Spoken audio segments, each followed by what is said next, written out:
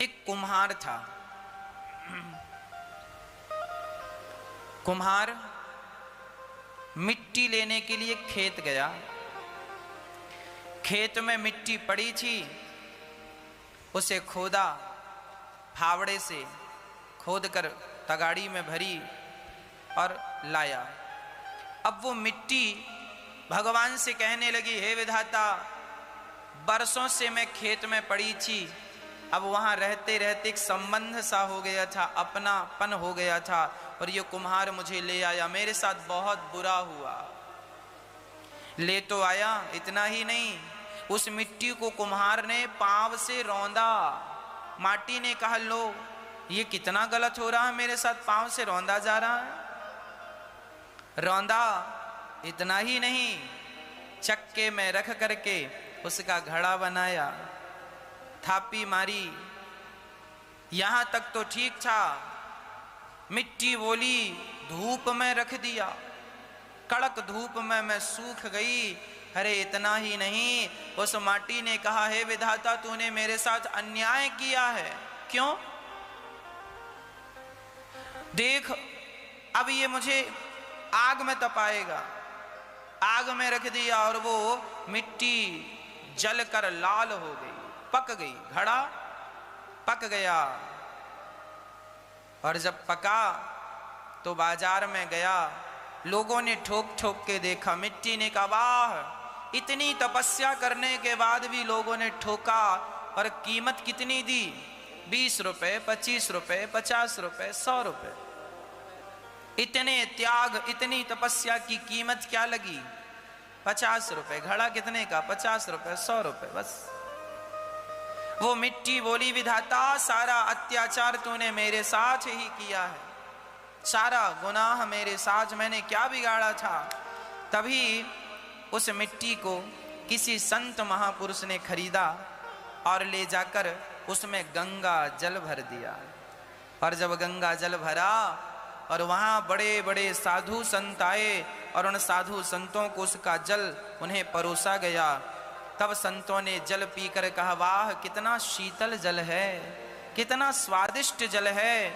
तब उस मिट्टी से आवाज आई, वाह, हे विधाता, आज मैं समझ गया कि जब मेरे जीवन में दुख आया था, मुझे लग रहा था तुम मेरे साथ गलत कर रहे हो, मेरे साथ गलत कर रहे हो, पर आज मुझे ठंडक मिली, आज मुझे शांति मिली कि चलो, वहां तो मैं पड़ी रहती धूप में किसी खेत में, कम से कम घड़ा बन गई हूं तो हजारों की प्यास तो बुझा रही हूं, प्यास तो बुझा रही हूं।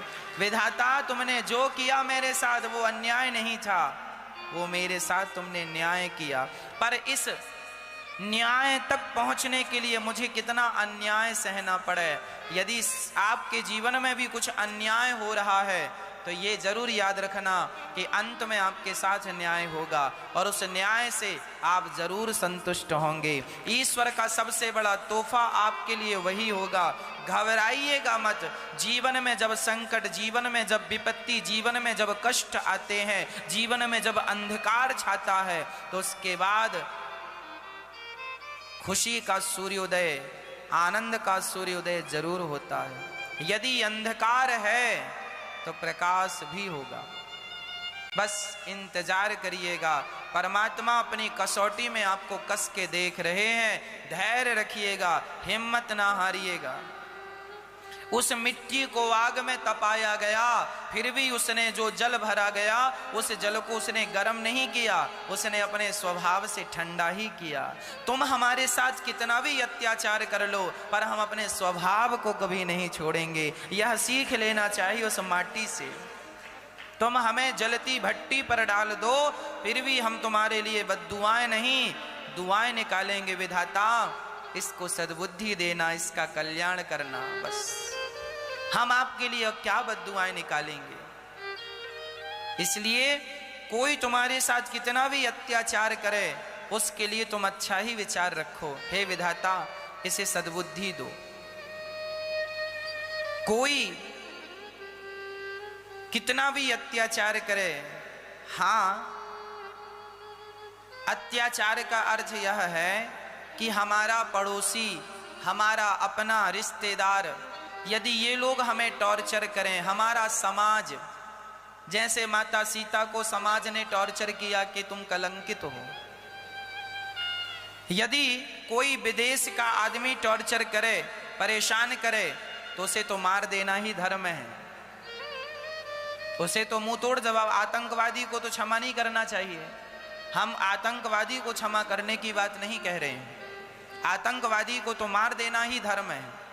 पर अपनों को, जो आपसे जुड़े हुए थे कभी, जो आज मुकर गए हैं, इन लोगों को सहन करना ही ठीक है। समाज हमें गाली दे रही है, समाज हमें झूठा आरोप लगा रही है, वो लगाने दो। आप भगवान से प्रार्थना करो, प्रभु इन्हें सद्बुद्धि दो। हम किस किस का उत्तर देंगे, हम किस किस का जवाब देंगे? इसलिए हम भगवान के भरोसे रहें, हमारे बदले का जवाब भगवान देंगे। जब तुझसे ना सुलझें तेरे उलझे हुए धंधे, जब तुझसे ना सुलझें तेरे उलझे हुए धंधे, तब भगवान के इंसाफ पर छोड़ दे ए बंदे। वही तेरी मुश्किल आसान करेगा, जो तू ना कर सका वो भगवान करेगा। आप भगवान के न्याय पर छोड़ दीजिए। ईश्वर जब न्याय करता है तो बिल्कुल न्याय ही होता है, अन्याय की कोई गुंजाइश नहीं। इसलिए ईश्वर पर विश्वास जरूरत से ज्यादा होना चाहिए। कृष्ण मेरे हैं ये विश्वास बन जाए इस जिंदगानी में, श्रद्धा बन जाए, सब भगवान है यह दृष्टि बन जाए, बस फिर क्या चाहिए? अगर वो चाहे हमें तो फिर क्या चाहिए? भगवान का उत्सव चल रहा है सारे ब्रजमंडल में, खूब आनंद से मनाया जा रहा है, चारों तरफ आनंद ही आनंद। मैया बधाई हो, बधाई हो। जो भी आता है श्याम सुंदर को देखता है तो देखता नहीं, देखता रह जाता है। भगवान है ही इतने सुंदर, बहुत सुंदर है भगवान। अब सारी नगरी इकट्ठी हुई, बधाई हो यशोदा, बधाई हो। खूब बधाइयों पे बधाइयां लुटाई गई, वाह वाह, खूब आनंद हुआ। नंद बाबा गाय लुटा रहे हैं, गाय, गौ माता का दान, खूब गाय दान कर रहे हैं। ले जाओ ले जाओ ले जाओ, खूब गाय दान। आप लोगों ने जीवन में दान, गौ दान किया कि नहीं?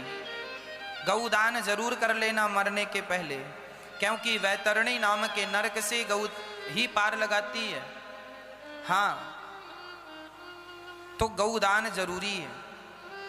और घर में कोई बच्चा हुआ करे, बहू के बेटा हो गया, तो बड़ी पार्टी रखने की जरूरत नहीं है। अपने हाथ से जितना दान पुण्य करोगे, कहते हैं बच्चा यदि पैदा हुआ है और बच्चे के नाम से तुम दान कर रहे हो, तो जानते हो क्या होता? बच्चों के नाम से दान क्यों करते हैं?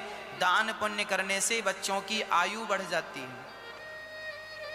जो बच्चा अभी जाया है, जन्मा है, उसके नाम से दान पुण्य करने से उसकी आयु बढ़ जाती है। उसके भाग्य में यदि कोई बाधा है तो वह बाधा दान मात्र से टल जाती है। इसलिए दान की बड़ी महिमा है। जब भगवान श्री कृष्ण हुए तो नंद बाबा ने कृष्ण के नाम से गाय दान की। दशरथ जी के बारे में भी लिखा है कि जब राम का जन्म हुआ तो सर्वस दान दीन सब काहू, ये चौपाई है, सब कुछ दान किया।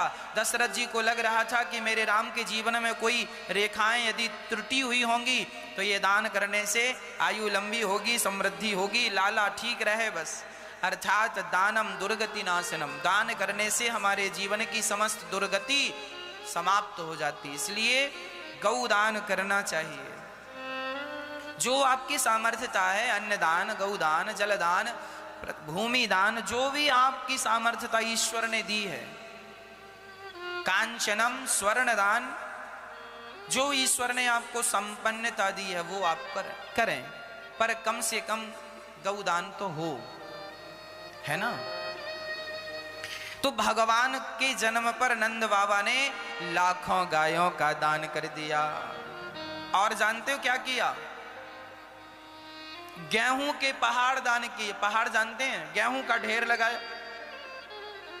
लगाया ढेर सारा, और एक पंडित जी को बुलाया, दान कर दिया, ये पहाड़ आपका। ऐसे हजारों पहाड़ दान किए। ब्राह्मणों को, जरूरतमंदों को, गरीबों को, दीन दुखियों को वस्त्र दान किए, सब कुछ दान किया। और जितना वो देते गए उतना ही उनका बढ़ता गया, बढ़ता गया, बढ़ता गया। अब सारे ब्रज में लाला को देखने की भीड़ लग गई। मैया मोकू भी दर्शन कराए दे लाला के, मैया मोकू भी दर्शन कराए दे लाला के। और जब सबने देखा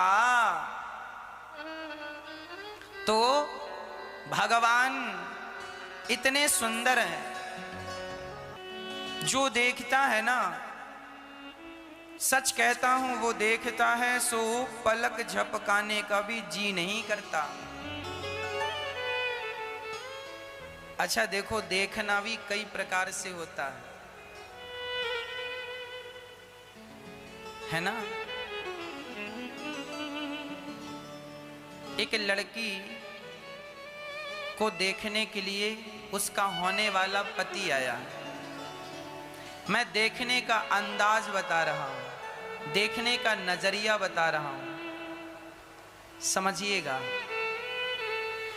आपका होने वाला पति जब पहली बार आपके घर आया, आपको देखने के लिए, अभी शादी हुई नहीं, शादी की चर्चाएं चल रही, तो लड़की अपने होने वाले पति को देखती है। और वो भर नहीं देखती, उसकी सखियां, उसकी सहेलियां, उसकी फ्रेंड, वो भी देखती हैं। पर जो उसकी सखियां देखती हैं ना, वह उनके देखने का अंदाज अलग होता है। और जो होने वाली पत्नी है, वो जब देखती है तो उसका अंदाज अलग होता है, वो अलग ढंग से देखती है। उसके देखने में एक अपनापन, एक फाइनल है कि शादी इसी से होनी है, तो वो जब देखती है ना, तो एक अपनेपन के साथ देखती है। उदाहरण के तौर पर, आपके सामने पड़ोसन का बेटा बैठा है, आप उसे देख रही हो, और वहां पर उसकी माँ भी बैठी है और वो भी देख रही है। तो माँ जब बेटे को देखती है ना, तो एक अपनेपन से देखती है। उसके देखने का ढंग, तरीका अलग होता है। और पड़ोसन किसी बच्चे को देखेगी, वो सामान्य दृष्टि से देख रही है, बच्चा है बस। तो वस्तु एक ही है, पर देखने वाला जितना करीबी का होगा वो उतने करीब से देखेगा। माँ बेटे को जानती है, वो अलग देखेगी। उसी तरह बिहारी जी तो सब जाते हैं, बिहारी जी को तो आप भी देखते हैं, मैं भी देखता हूँ, पर जो जितना जुड़ा होगा, जितना प्रेम होगा भगवान से, देखने में उतना ही सुख मिलेगा। सबका अपना अपना नजरिया होता, उस एक को ही सब अपने अपने ढंग से देख लेते हैं। इसलिए कहा करता हूं कि देखने का ढंग बदल लो। भगवान को ऐसे ना देखा करो जैसे संसार के लोगों को देखा करते हो। मंदिर जाओ तो भगवान को ऐसा भाव से देखो कि हम अपने पिता के घर आए हैं, ये हमारी माँ का, हमारे पिता का, यही हमारा घर। हम मंदिर नहीं जा रहे हैं, हमारा पिता बैठा है, हम तो उसका दर्शन करने जा रहे हैं। एक अपनेपन से जाओ, एक प्रेम से जाओ। प्रभु क्या दर्शन नहीं होगा आपका? जीते जी क्या नेत्र बंद हो जाएंगे? क्या मर जाऊंगा कि आपका दर्शन नहीं होगा? अरे भगवान के लिए ये आंखें रोने लग जाएं। एक व्यक्ति होता है जो जाता है, दर्शन करता है, माला चढ़ाता है, बाहर आ जाता है, मैंने देख लिया। और एक व्यक्ति जाता है, भगवान को देखकर रोने लगता है, प्रभु कितने वर्षों के बाद आपने बुलाया है, आज पहली बार आपको देख रहा हूँ। आंखों से झरझर आंसू गिरने लगते हैं। एक देखा और निकल गया, और एक देखते ही नेत्रों से आंसू बहाने लगा। अब आप ही बताइए, देखा तो दो लोगों ने एक ही चीज को, कृष्ण को, पर दोनों के देखने में कितना अंतर था। जिसकी आंखों में आंसू थे, इससे पता चलता है कि यह कितना निकट है भगवान के, कितना करीब है ईश्वर के। और जो कई लोग सालों बाद बिहारी जी आते हैं और सालों बाद आए और चले गए, अरे दो आंसू तो बहा लेते, प्रेम के आंसू तो बहा देते। भगवान से प्रेम होता है ना, तो उन्हें देखकर नेत्र जरूर भीग जाते। हमारा बचपन का दोस्त ही मिल जाए ना, तो गले लगाकर आंसू आ जाते हैं। आपकी बेस्ट फ्रेंड ही मिल जाए तो आप गले लगाकर रोने लग जाती हैं, क्योंकि एक आत्मीयता थी, एक प्रेम था, एक लगाव था। जितना लगाव तुम्हें किसी व्यक्ति से हुआ, क्या पूरी जिंदगी में इतना लगाव तुम्हें भगवान से नहीं हुआ? नहीं हुआ। यही तुम्हारी भक्ति की कमी है। यदि ये लगाव हो जाता तो जरूर, अरे जगन्नाथ जी तुम सालों बाद जा रहे हो, पूरी जिंदगी में पता नहीं इसके बाद मैं कब जगन्नाथ जी जाता हूं। अब ये शरीर दोबारा जगन्नाथ भगवान को देखता है कि नहीं, इसका भी तो भरोसा नहीं है ना। इसलिए जब जाया करो तो पूर्ण रूप से मिलकर आया करो। हाँ, ज्यादा से ज्यादा समय उस मंदिर के प्रांगण में गुजारा करो, ज्यादा से ज्यादा समय जगन्नाथ जी के चरणों में गुजारा करो।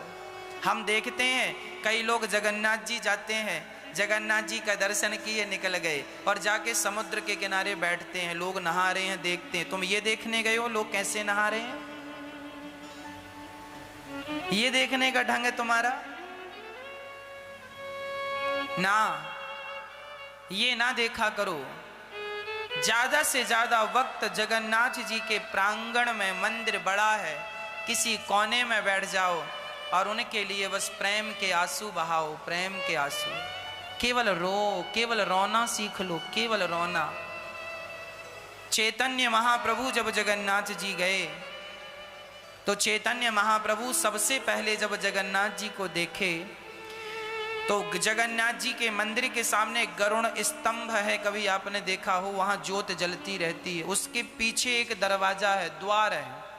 उस द्वार पर खड़े होकर के उन्होंने देखा, इतने प्रेम से देखा, इतने सजल होकर देखा कि जिस पत्थर पर खड़े थे, और जगन्नाथ जी को आप ना सामने से कभी नहीं देख सकते जब तक ऐसे झुकेंगे नहीं।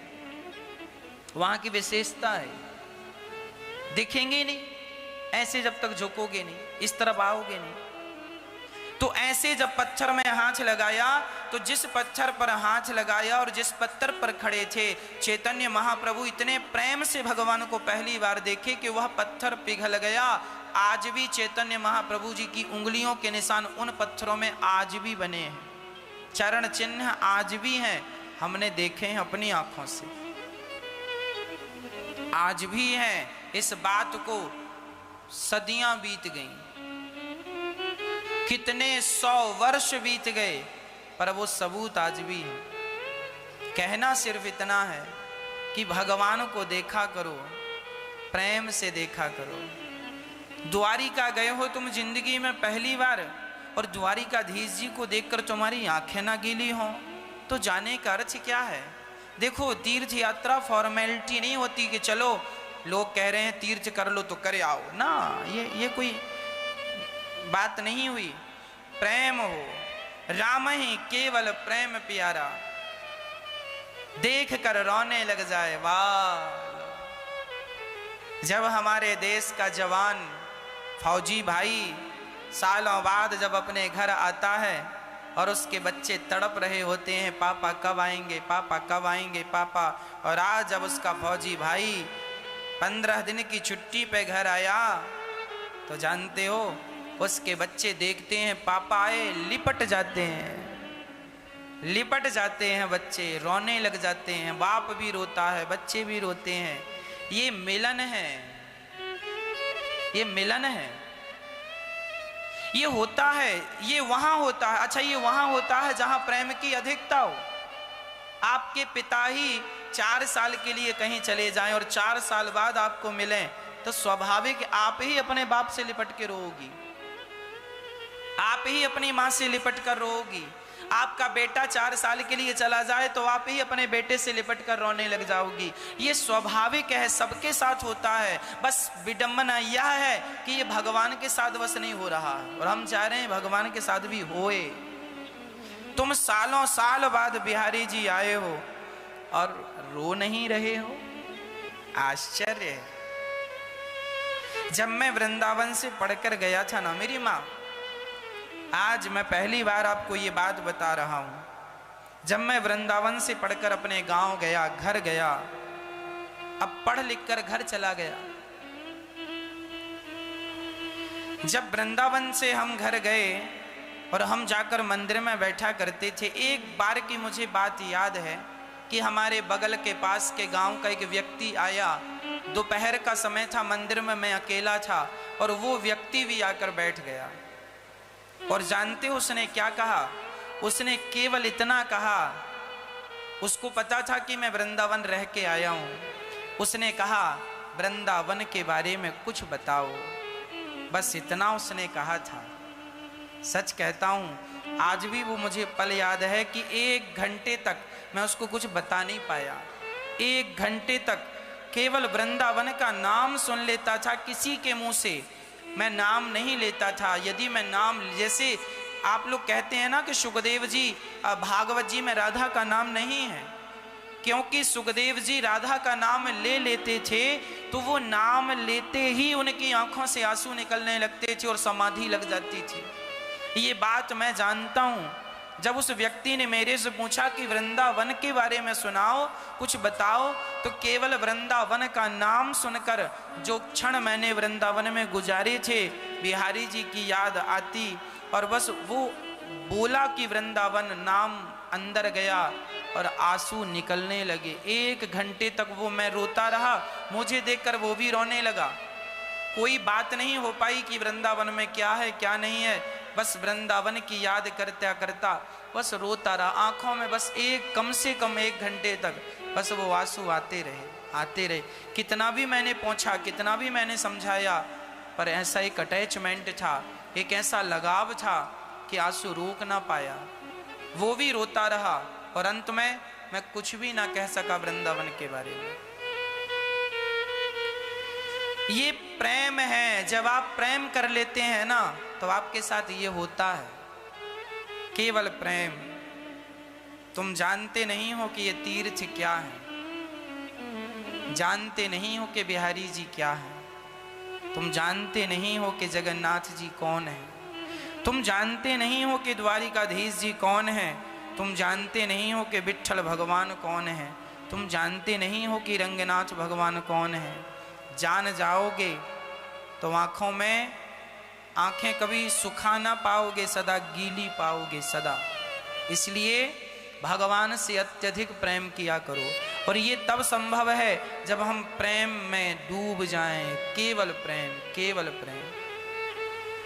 उस समय में बहुत छोटा ही था, बहुत ज़्यादा बुद्धि भी नहीं थी, विवेक नहीं था, बस बिहारी जी से प्रेम था, बस था, है और रहेगा। मैंने अपने जीवन में जो किया है, जितने काम किया है, जो भी करता हूं ना, 100% करता हूं। यदि भगवान से प्रेम करना है तो प्रेम में भी फॉर्मेलिटी नहीं, रियल वाला, सच्चा वाला। इसलिए प्यार करता हूं, सो प्यार करने की सलाह देता हूं। भगवान से प्यार करना सीखो। जगत से तो हम प्यार करते ही हैं। प्रश्न यह खड़ा कि जगत से ही प्यार करते रहोगे तो जगन्नाथ से कब प्यार करोगे?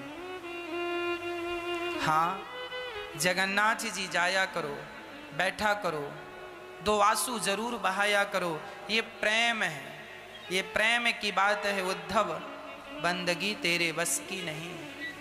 यही दर्शन है, यही दरस परस है।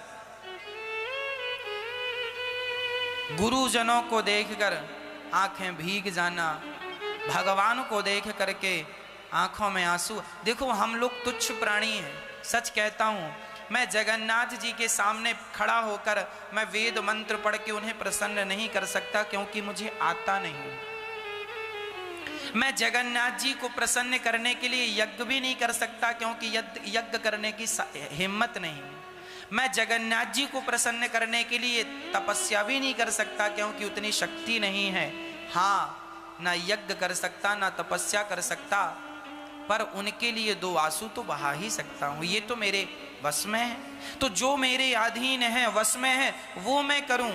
मैं नहीं जानता वेद, मैं नहीं जानता, बहुत विद्वान नहीं हूँ, मैं स्तुतियाँ भी तो नहीं जानता, मैं कुछ भी नहीं जानता, अज्ञानी हूँ, कुछ भी नहीं आता। केवल बच्चे की तरह, छोटा सा बच्चा भूख लगे तो रोने लग जाता है, मच्छर काटे तो रोने लग जाता है, सर्दी लगे रोने लग जाता। उस बच्चे को कुछ नहीं आता सिवाय रोने के, रोता है और रो के सब काम करवा लेता है अपनी माँ से। बस तुम भी वो छोटे से बच्चे बन जाओ, जब भी भगवान का याद स्मरण आवे, जब भी पूजा में बैठा करो तो भगवान से इतना प्रेम हो कि अपने आप आंखों से आंसू निकलने लगना। यही तुम्हारी सबसे बड़ी पूजा है, यही तुम्हारी सबसे बड़ी उपासना है। और मुझे आज मैं ये कह सकता हूं कि बिहारी जी ने उन आंसुओं को जरूर देखा होगा, इसलिए बिहारी जी ने मुझे अपने चरणों में स्थान दे दिया। यहाँ रहो, अब तुम ब्रज में रहो। ये ब्रज मंडल है मेरी माँ, ब्रज का वास सबको नहीं मिलता, बड़े भाग्य से ब्रजवास मिलता है। सहज नहीं है ये, सरल नहीं है ये। आप लोग जो ये ब्रज की धरा पर, भूमि पर, मिट्टी पर बैठे हो, आप लोगों ने भी जरूर कोई तप किया होगा, तब आपको ये ब्रजवास मिला है। नहीं, ये ब्रजवास सहज नहीं है मेरी माँ। हजारों पुण्य करने के बाद, हजारों जन्म तक पुण्य करने के बाद तुम्हें मनुष्य का शरीर मिलता है। ब्रह्म वैवर्त पुराण में हमने पढ़ा कि मनुष्य का शरीर तो बड़े भाग्य से मिलता है, पर उसमें भी भारत भूमि में भी जन्म बड़े भाग्य से होता है। भारत, और भारत में भी ब्रज मंडल, चाहे अयोध्या का वास ले लो, चाहे वृंदावन का वास ले लो, चाहे किसी भी तीर्थ का, जगन्नाथपुरी का वास ले लो, द्वारिका जी का वास ले लो, पंढरपुर का वास ले लो, मतलब जहां जहां ठाकुर जी बैठे हैं वहां वहां का ये जो वास है, ये घोर तपस्या के बल पर मिलता है, कठिन तप के बल पर मिलता है। इसलिए जीवन का कुछ क्षण भगवान के चरणों में जरूर बिताना चाहिए। यही है भगवान की भूमि। ये ब्रज रज में तुम बैठे हो, जरूर तुमने बहुत पुण्य किया होगा। यूं ही नसीब नहीं होती ये माटी, यूं ही नसीब नहीं होती। दुनिया में और कोई रज ऐसी नहीं है जिस रज को माथे पर लगाया जाए, केवल ब्रज रज ऐसी है जिसे लोग माथे पर लगाते हैं। आज भी ब्रज में आकर के लोग ब्रज रज में लौटते हैं, ब्रज रज में लौट कर यमुना जल कर पान, और राधे राधे कहत ही ये तन से निकले प्राण।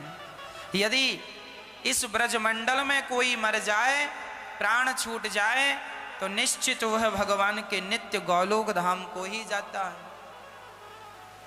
यह बड़ी महिमा।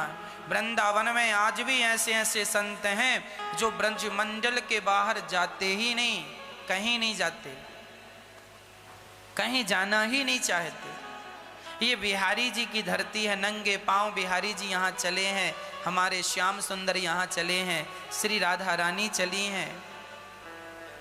हाँ, और खग जाने खग ही की भाषा। ये जो वृंदावन है, इसकी महिमा हम आपको क्या कहें, पुराणों में भरी पड़ी है वृंदावन की महिमा। इसलिए जरूर समय निकाला करो, तीर्थों के लिए वृंदावन आया करो, बिहारी जी का दर्शन किया करो, राधा रमण जी का दर्शन किया करो। हाँ, निधि वन जी का दर्शन किया करो। यहाँ जो ब्रज में और भी संतों की भूमि है, बहुत कुंज गलियां हैं, दर्शन करने योग्य हैं, सब दर्शनीय है। यहाँ तो जो है सब दर्शनीय है। ये वृंदावन के वृक्ष को मरम न जाने को, डाल डाल और पात पात में राधे राधे हो। ये ब्रज है, यहाँ के पेड़ पौधों की महिमा है। ये वही वृक्ष हैं जिन पर जो आप देख रहे हैं, ये वही वृक्ष है जिनकी छांव में स्वयं भगवान श्री कृष्ण राधा रानी के संग बैठा करते थे। ये तमाल का वृक्ष है। तमाल के बारे में तो बड़ी महिमा है ग्रंथों में। ये वही वृक्ष हैं जिन पर कवि श्याम सुंदर बैठा करते थे, जिनकी छांव पे श्री राधा रानी श्याम सुंदर अरे ब्रज में किसी भी पेड़ की छांव पर बैठ जाना तो यह समझना कि हम गोविंद की छाया में बैठे हैं, गोविंद की छत्र छाया में बैठे। ये बड़ी महिमा है वृंदावन की महिमा, कौन जाने। इस रज को उठा उठा कर माथे से लगाया करो, इस मिट्टी को उठा उठा माथे से लगाया करो। इस माटी में हमारे श्याम सुंदर चलते हैं, इस श्याम सुंदर के चरणों की रज है। उड़ उड़ रज मस्तक लगे तो मुक्ति मुक्त है जाए। जब ये रज माथे पे लगाते हैं, सिरोधार्य करते हैं, तो हमारी बुद्धि निर्मल हो जाती है। इसलिए इस ब्रज रज को कि केवल कपड़ों को ही साफ सुथरा मत रखा करो, शरीर को ही साफ सुथरा मत रखा करो, जरा मन को भी ध्यान दिया करो। मन कहाँ जा रहा है, कहाँ लगा है तुम्हारा मन? कंट्रोल कंट्रोल करो, मन पर काबू पाओ, जीतो मन को। मन के पीछे पीछे उसके गुलाम बनकर ना भागो। मन तो कहीं भी जाता है, कहीं भी ले जाता है, इसलिए कहीं भी मत जाओ, कहीं भी मत इसके पीछे भागो। मन को साधो। साधु वही है जो मन को साध ले, कंट्रोल कर ले। अच्छा एक बात बताओ, मंदारी बंदर को वश में कर लेता है कि नहीं? है ना? सर्कस में शेर को भी वश में कर लेते हैं। सर्कस, वो फुटबॉल खेलता है शेर। सर्कस देखा? हम छोटे छोटे थे, गांव में सर्कस आया था पास में, 10 रुपए टिकट लगती थी उस जमाने में, तो मांग के गए थे माँ से 10 रुपए दो, सर्कस देखने जाना। सर्कस देख के आए, साइकिल से गए थे 10 किलोमीटर दूर। हमने देखा वहां हाथी क्रिकेट खेल रहा था।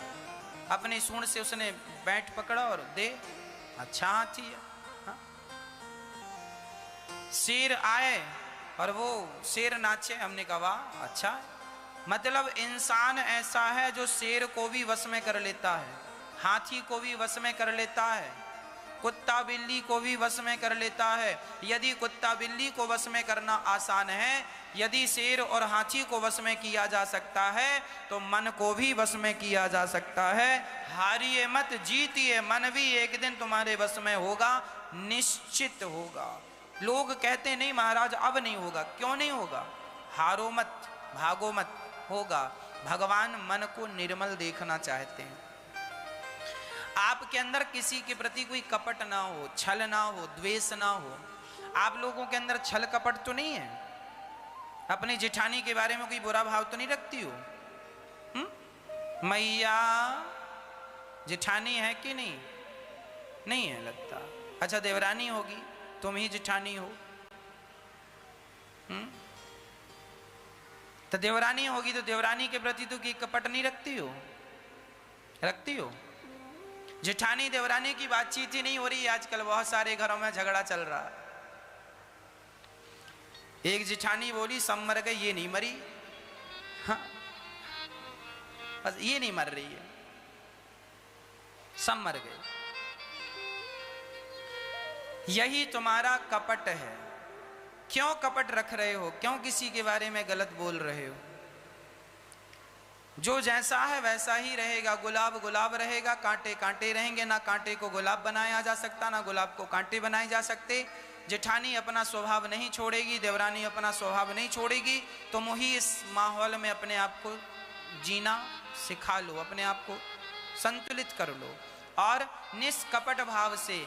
ना यहाँ हमें रहना है, ना आपको रहना है, जाना है आगे की यात्रा में। इसलिए सबसे प्रेम करने में फायदा है, किसी से झगड़ा लड़ाई में कोई फायदा नहीं। निष्कपट भाव से जीवन जियो। पूतना के अंदर कपट था, कपट क्या थी कुछ और, बनी कुछ और है। और भगवान कहते हैं जिसके अंदर कपट होता है मैं उसे देखना भी पसंद नहीं करता, इसलिए नेत्रों को बंद कर लिया। तो आपके अंदर भी कपट होगा तो काम नहीं बनेगा। आज भगवान क्यों नहीं मिल रहे हैं लोगों को? आज लोगों को भगवान का साक्षात्कार क्यों नहीं हो रहा है?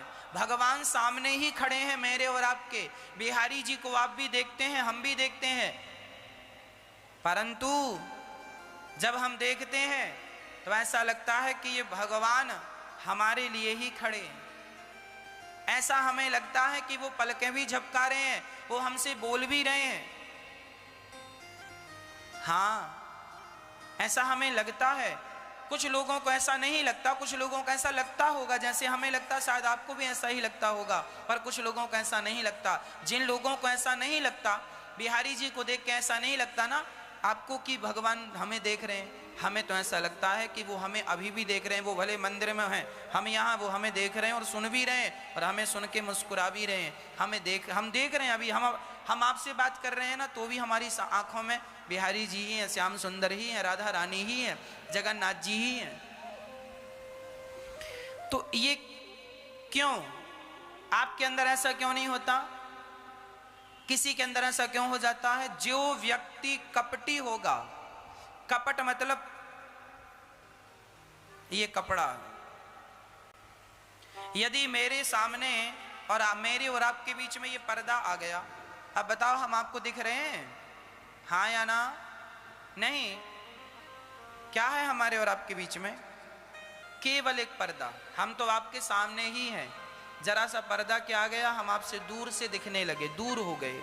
बस ये जो कपट है ना मेरी माँ, ये जीवात्मा और परमात्मा के बीच में एक पर्दा ही एक कपट है। यदि ये तुम कपट हटा लोगे ना, तो भगवान वैसे ही सामने दिखेंगे जैसे हम आपको सामने दिख रहे हैं और आप हमें सामने दिख रहे हैं। निर्मल मन जन सो मोहि पावा, मोहि कपट छल छिद्र न भावा। यदि तुम त्याग दोगे कपट, तो तुम कैसे भी हो, तुम गोरे हो, काले हो, कोई फर्क नहीं पड़ता कि तुम अमीर हो कि गरीब हो कि हिंदू हो कि मुसलमान हो, क्या फर्क पड़ता है? रसखान को भगवान मिल गए, माता शबरी को भगवान मिल गए, केवट को भगवान मिल गए, रैदास भक्त को जात के मोची थे, जूता सिलते थे, भगवान मिल गए। तो भगवान को प्राप्त करने के लिए ऊंची जात ऊंचा कुल जरूरी नहीं है, अधिक प्रेम और निष्कपटता जरूरी है मेरी माँ। अधिक प्रेम और निष्कपटता, कोई कपट ना हो मुझे किसी के प्रति। इसलिए कहा करता हूं, सब में भगवान देखो तो कपट रहेगा ही नहीं। सब में किसे देखो? सब में तुम भगवान ही। हम तो आप लोगों को भगवान ही समझते हैं, आप सभी माताएं भगवान ही हो। हम कोई भाव नहीं रखते कि आप स्त्री हो, आप पुरुष हो ना। हमारे यहाँ गौरी गोपाल वृद्धाश्रम में माताएं रहती हैं, हम माताओं के पांव छूते हैं और पांव दबाते हैं ना, तो कई माताएं बोलती हैं, बेटा हमारे पांव ना दबाया करो, तुम ब्राह्मण हो, हमारे पांव ना दबाया करो। हमने कहा, माँ मैं ब्राह्मण नहीं हूं, मैं क्षत्रिय नहीं हूं, मैं वैश्य नहीं हूं, मैं शूद्र नहीं हूं, मैं सिर्फ आपका बेटा हूं, सिर्फ बेटा हूं, सिर्फ आपका हूं, बस केवल आपका हूं, मुझे ये सेवा दिया करो। बहुत सारी माताएं सब कुछ आती हैं, पाँव नहीं दबाती हमसे, हम प्रार्थना कर कर के पाँव दबाते ना, माँ हमें ये हमारा अधिकार है। और उनमें से हमारी सारी माताएं हैं, हमारे पास जो माताएं हैं वो ब्राह्मण माताएं भी हैं, क्षत्रिय माताएं भी हैं, वैश्य माताएं भी हैं, शूद्र माताएं, पर हम सब में अपना भगवान देखते हैं। हमें क्या करना कि तुम्हारी जात क्या है, हमें क्या करना, हम क्या करेंगे तुम्हारी जात का। हर स्त्री हमारी माँ है, हर पुरुष हमारा पिता है, अर्थात पिता अर्थात कृष्ण, माता अर्थात राधा। तो हर स्त्री राधा, हर पुरुष कृष्ण, राधे कृष्ण, सब में भगवान सीय राममय, सब सीता है और सब राम है, तो सब सीय राममय है, बस खत्म बात। इससे ज्यादा अपने को कुछ जानना भी नहीं है, जानने का कोई शौक भी नहीं है, इतना जान गए बस बहुत, इससे ज्यादा क्या जानना। ज्यादा जान जाओगे तो फिर और उलझ जाओगे, अपने आप को ज्ञानी मान लोगे तो रावण की तरह अहंकार आ जाएगा, मैं तो ज्ञानी हूं। इसलिए ज्ञान भी अहंकार के शिखर में पहुंचा देता है। कई ज्ञानी लोग ना ठीक ठीक बात नहीं करते। हम कई बार देखते हैं, हमारा स्वभाव है सबके सामने हाथ जोड़ के सिर झुकाना, भैया जी राधे राधे, राम राम। कई लोग ना देख कर भी इग्नोर कर देते हैं, अरे क्या देखना है। कई लोगों का ना ये सिर ऐसे भी नहीं झुकता, कई लोगों की हाथ ऐसे भी नहीं जुड़ते। अरे तुम्हारी सरलता सहजता यही है कि तुम झुक जाओ, है ना। कोई तुमसे राम राम ना करे फिर भी तुम उसको भाव से भगवान समझ के दूर से प्रणाम कर लो। हर इंसान को प्रणाम किया करो भगवान समझकर। अरे कुत्ता बिल्ली भी दिख जाए तो समझ लेना भगवान का दर्शन। ये भगवान, सब भगवान ही है, कुछ नहीं उसके सिवा। ये सब कहने की बातें हैं कि स्त्रियां हैं, ये पुरुष हैं, ये कुत्ता है, ये बिल्ली है, कुछ नहीं है। एक घर से आवाज आ रही थी, कुछ बच्चे आपस में लड़ रहे थे। एक बोला मैं शेर खाऊंगा, एक बोला मैं हाथी खाऊंगा। वहां से एक संत जी निकले, बोले राम राम राम राम राम, बड़े साहसी बच्चे हैं, हाथी खाएंगे, बड़े साहसी बच्चे हैं, शेर खाएंगे, कह रहे हैं शेर खाऊंगा। तो महात्मा जी रुक गए। महात्मा को लगा, लगता है ये बच्चे कोई बहुत अच्छे बच्चे हैं, इनका दर्शन करना चाहिए। तो दरवाजा खटखटाया, खोलो। अंदर से एक मैया आई। बाबा जी क्या हुआ? बोले मैया तू अपने बच्चों का दर्शन करा दे। अरे महाराज मेरे बच्चों में ऐसा क्या है? बोले तेरे बच्चे बड़े साहसी हैं, कह रहे हैं मैं शेर खाऊंगा, वो हाथी खाऊंगा। अरे महाराज मैंने मिठाई बनाई थी तो मिठाई को शेर का आकार दे दिया था, और एक मिठाई को मैंने हाथी का आकार दे दिया। अच्छा हम लोग जब छोटे छोटे थे ना तो बिस्किट मिला करते थे चवन्नी के, 25 पैसे के, हाथी के आकार के, घोड़े के, हम लोगों ने खूब खाए हैं। आप लोग खाए कि नहीं राम जाने। 25 पैसे का बिस्किट मिलता था, मोटा सा होता था, है ना, हल्का सा पिंक होता था, वो हाथी के आकार का होता था, कोई घोड़े के आकार का है। आप लोग खाए कि नहीं? नहीं खाए। हमारे जमाने में पंजी की गोली मिलती थी। पंजी जानते हैं? 1 पैसे, 1 पैसे को पंजी बोलते थे। हमारे यहाँ 1 रुपए की 20 गोलियां मिला करती थी उस जमाने में। तो हम 1 रुपए मिल जाता तो बड़े खुश हुआ करते, 20 गोलियां आएंगी। जैसे आप आजकल टॉफी कहते हैं ना, संतरे की गोलियां मिला करती थी। और एक बड़ी गोली मिलती थी, वो 25 पैसे की हुआ करती थी। और ये जो पार्ले जी बिस्किट है ना, ये तबई से महंगा है। 4 रुपए का तब भी मिलता था, 4 रुपए का अब भी मिलता है। इसको खाने के लिए ना महीनों भर पैसा जोड़ना पड़ता था, तब जाके 4 रुपए हुआ करते। तो पार्ले जी कभी कभी 1 रुपए वाला बिस्किट आया करता था, वो खा लिया करते थे। और कहीं 10 पैसा मिल गया ना तो 10 गोलियों का हिसाब हो जाता। खूब आनंद से। कंचे मिलते थे 1 रुपए के 20, 20 कंचे मिलते थे। 1 रुपए मिल जाता था तो ऐसा लगता था उस जमाने में कि हम बहुत बड़े आदमी हो गए। अब 20 गोलियां खाएं, जेब में भर लिया, पैंट की जेब में, और दिन भर खाते थे। थोड़ा थोड़ा खा लेते तो उसको गुटकते नहीं थे, मुंह में पड़ी रहती, जल्दी खा लेंगे जल्दी खत्म हो जाएगी। बच्चे थे, खूब मजे से जीते थे। गोली मुंह में रख ली और चूसते रहो उसको, 2 घंटे तक चूसते रहो उसको। कम कम भी चूसते थे ताकि बची रहे। ये सुख अर्थात जीवन में खुश रहने के लिए ना, सब ये जो हाथी घोड़े के बिस्किट हो ना, चाहे तुम हाथी खाओ चाहे घोड़ा खाओ, सब में क्या है? सब में मिठाई है, मीठा है। संत जी को लगा ये बच्चे बड़े पराक्रमी हैं, जाकर देखा तो मिठाई का हाथी था, मिठाई की घोड़ा था। अरे राम राम राम, हम तो सोचे सचमुच का, ना ना ना, ये सच्ची के हाथी घोड़ा नहीं है, ये मिठाई के हाथी घोड़ा। उसी प्रकार जैसे हाथी घोड़ा कुछ भी खाओ है सब मीठे, चाहे हाथी का पांव खाओ तो मीठा, पूंछ खाओ तो मीठा, उसका मुंह खा लो तो मीठा, सब में मीठा ही मीठा समाया है। उसी प्रकार तुम चींटी को देखो, हाथी को देखो, स्त्री को देखो, पुरुष को देखो, सब में भगवान ही समाये हैं, उसके सिवा कुछ नहीं है। ये देखने का नजरिया है कि तुम स्त्रियां हो तुम पुरुष हो।